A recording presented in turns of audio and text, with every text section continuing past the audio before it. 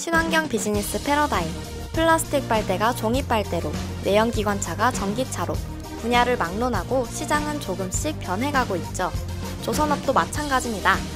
그런데 조선업에 불어온 친환경 바람, 우리나라 조선 기업들에게 엄청난 호재로 작용하고 있다는데요. 왜일까요? 먼저 조선업에 어떻게 친환경 바람이 불게 됐는지부터 살펴보겠습니다. 유엔의 산하기관 중엔 IMO, 국제해사기구라는 조직이 있는데요. 선박의 항로나 교통규칙 등을 국제적으로 통일하기 위해 설치된 전문 기구입니다. 우리나라를 포함해 174개국이 가입되어 있죠. 그런데 IMO가 전 세계의 모든 선박들에게 2020년 1월 1일부터 연료의 황산화물 함유량을 3.5%에서 0.5%로 대폭 줄이라는 규제를 내렸어요. 규제를 지키지 않으면 IMO 회원국 항구엔 들어올 수 없다고 못을 박아버렸죠. 여기에 더해 연료 내 황산화물 함유량 0.1%를 넘는 선박들은 다닐 수 없는 ECA 해역도 만들어버렸습니다. 현재 발트해, 북해, 미국 대다수 해역 등이 ECA 해역으로 지정돼 있죠. 우리나라의 5대 대형항만 인천, 평택, 당진, 여수, 광양, 울산, 부산항도 지난해 9월부터 ECA 해역으로 지정됐고요. 황산화물이 대체 뭐기에 이렇게 강력한 규제를 만든 거냐고요? 황산화물은 선박의 연료가 소모될 때 나오는 배기가스에 포함된 물질인데요. 최근 이 황산화물이 미세먼지를 형성하고 산성비를 내리는 주범이라는 것이 알려지며 세간의 주목을 받았습니다. 그런데요, 지금까지 선박용 연료의 황산화물 배출 기준은 육상 운송 연료 기준보다 훨씬 낮았어요.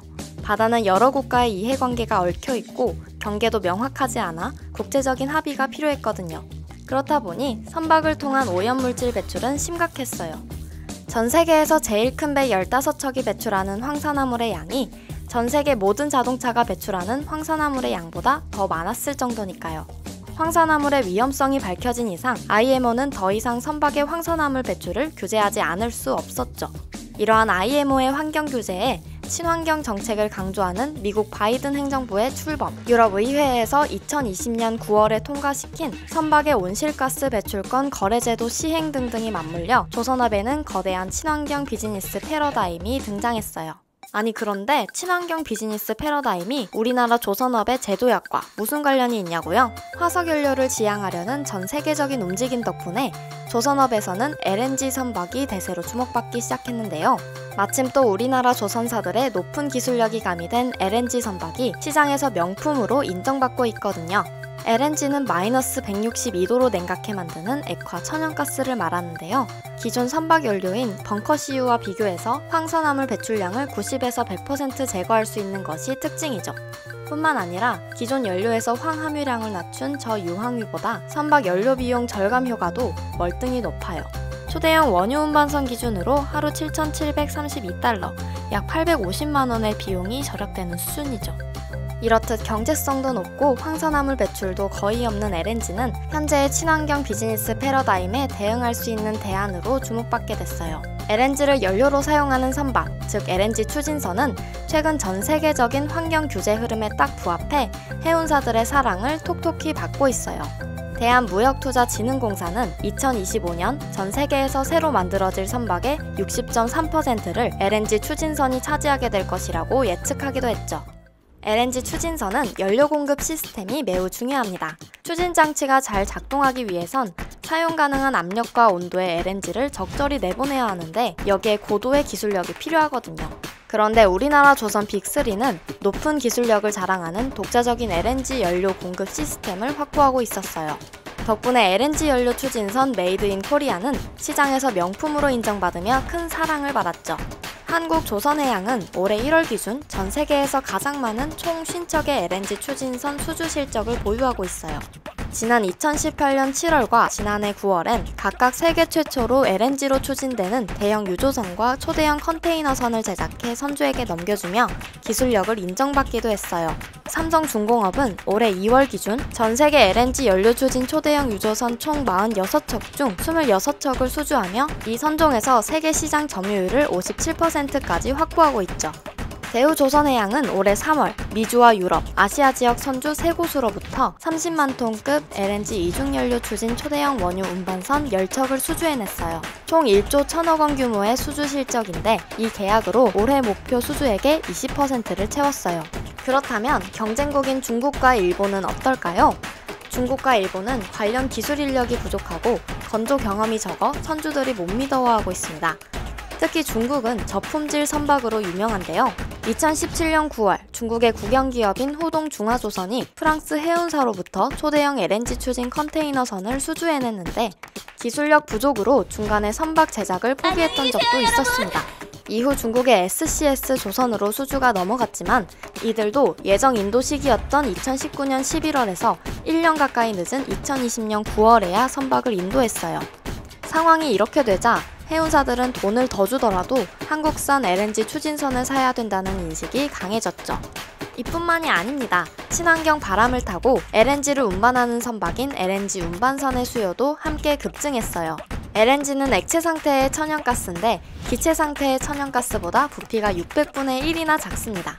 천연가스를 한 번에 많이 운반하기 위해 액체 상태로 만들어 운반하는 것인데요. 이 LNG 운반선 제작 역시 우리나라가 꽉 잡고 있습니다.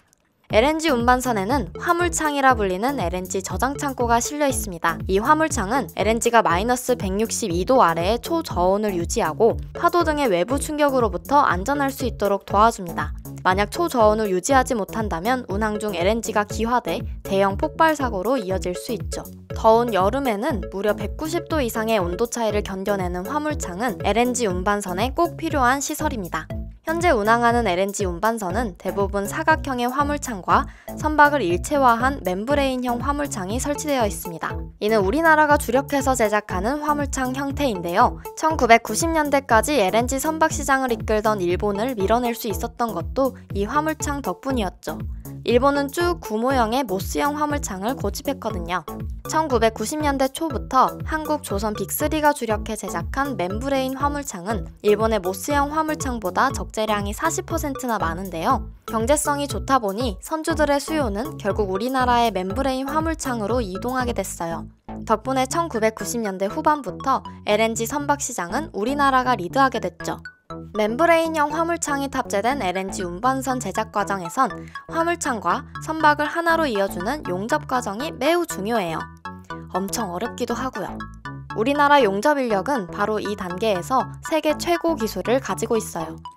이 때문에 전 세계 해운사들의 러브콜이 잇따르고 있죠. 실제로 국내 조선사들은 지난 몇 년간 LNG 운반선 시장 점유율 80에서 90%를 유지하며 시장을 거의 독식했어요. 2017년엔 전 세계에서 발주된 LNG 운반선 18척 중 12척을, 2018년엔 72척 가운데 66척, 2019년엔 60척 중 48척을 수주하며 꾸준히 수주 1위를 지켜왔죠. 높은 기술력과 선주들의 사랑에 힘입어 앞으로도 LNG 운반선 시장은 우리나라가 꽉 질 것으로 보이는데요. 천연가스 생산국 모임 가스 수출국 포럼은 지난달 12일 향후 5년간 전 세계에 142척의 신규 LNG 운반선이 발주될 것이며 이 중 한국 조선 3사가 110척을 수주해낼 것이라고 예측을 발표하기도 했어요. 우리나라 조선사들은 경쟁사에 비해 생산 능력 또한 월등해요. 중국 국영기업 호동중화조선이 만들 수 있는 LNG 운반선은 1년에 5척에 불과하지만 우리나라 조선 빅3는 1년에 약 50척을 만들 수 있죠. 중국 조선사들은 몇 년 전부터 한국을 따라잡기 위해 열일 중이지만 기술력에서 여지없이 한계를 드러내고 있어요. 2018년엔 호동중화조선이 건조했던 LNG 운반선 글래드스토너가 19개월 만에 엔진이 고장나 호주 인근 해역에서 2달 넘게 멈춘 적도 있었죠.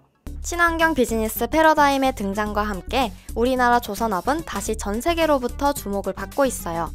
2016년엔 전 세계 선박 수주 점유율 15.1%에 머물며 일본에게도 밀렸던 우리나라지만 지난해 말엔 약 3배 가까이 뛴 점유율 43%를 기록하며 시장 1위를 달성했죠. 내리막길을 걸었던 우리나라 조선업이 다시금 시장을 리드하기 시작한 현재, 여기저기서 LNG 기술 초격차, 한국이 조선시장 장악이라고 떠들며 연신 축포를 터뜨리고 있어요.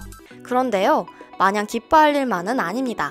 여기저기서 수주를 따내고는 있지만 핵심 기술력이 우리나라 소유가 아니라 수익성이 높은 상황은 아니거든요. LNG 선박의 핵심인 초저온 저장 창고 멤브레인형 화물창 제작 기술은 우리나라 것이 아닙니다. 프랑스 엔지니어링 업체 GTT의 기술이죠. 우리나라 조선사가 LNG 운반선 한 척을 만들면 선박 가격 5%에 달하는 로열티를 GTT에 지불해야 해요. 화물창 로열티 비용은 17만 6천 세제곱미터급 LNG 선 기준으로 960만 달러, 우리나라 돈으로 약 112억으로 알려져 있어요. 100척을 만들면 1조 1200억 원을 로열티 비용으로 지불해야 하는 셈인 거죠. 업계에선 지난 15년간 한국 조선사가 GTT에 지불한 로열티가 4조 원이 넘는다는 말까지 들려요. 기술 자립을 위해 국내 조선 빅3와 한국가스공사가 공동 연구를 진행하며 화물창 기술의 국산화를 시도하고 있지만 LNG 가스가 누출되거나 화물창 표면에 결빙 현상이 발생하는 등 순탄치 않은 상황이에요. 전문가들은 이러한 핵심 기술을 국산화하지 못한다면 우리나라가 다시 중국과의 저가 수주 경쟁에 내몰릴 수 있다고 지적하고 있죠. 또 우리나라가 우위를 점하고 있는 LNG 시대의 수명은 길어봐야 10년이라는 점도 간과해서는 안 돼요. LNG 선박이 완전한 친환경 선박이 아닌 과도기적 친환경 선박이기 때문이죠. IMO는 앞에서 언급한 황산화물 규제뿐 아니라 탄소 배출도 규제하고 나섰어요. 2050년까지 선박 탄소 배출량을 70% 줄이라고 선언했죠. 그런데 LNG는 탄소를 배출하는 연료예요.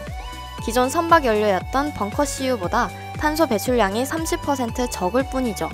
따라서 LNG 추진선과 LNG 운반선이 당장의 환경 규제에는 적합할지 몰라도 탄소 제로 시대로 나아갈 미래엔 금방 대세에서 밀릴 것이라는 인식이 전 세계 조선사들 사이에 팽배해요.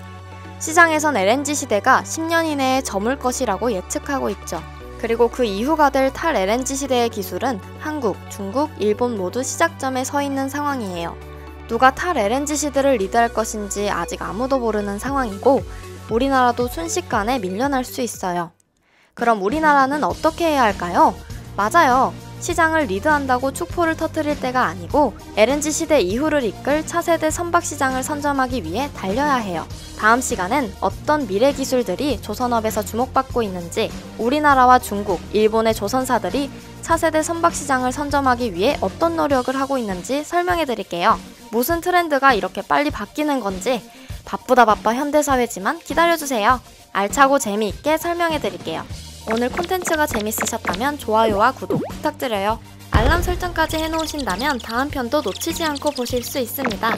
그럼 다음 편에서 만나요. 안녕!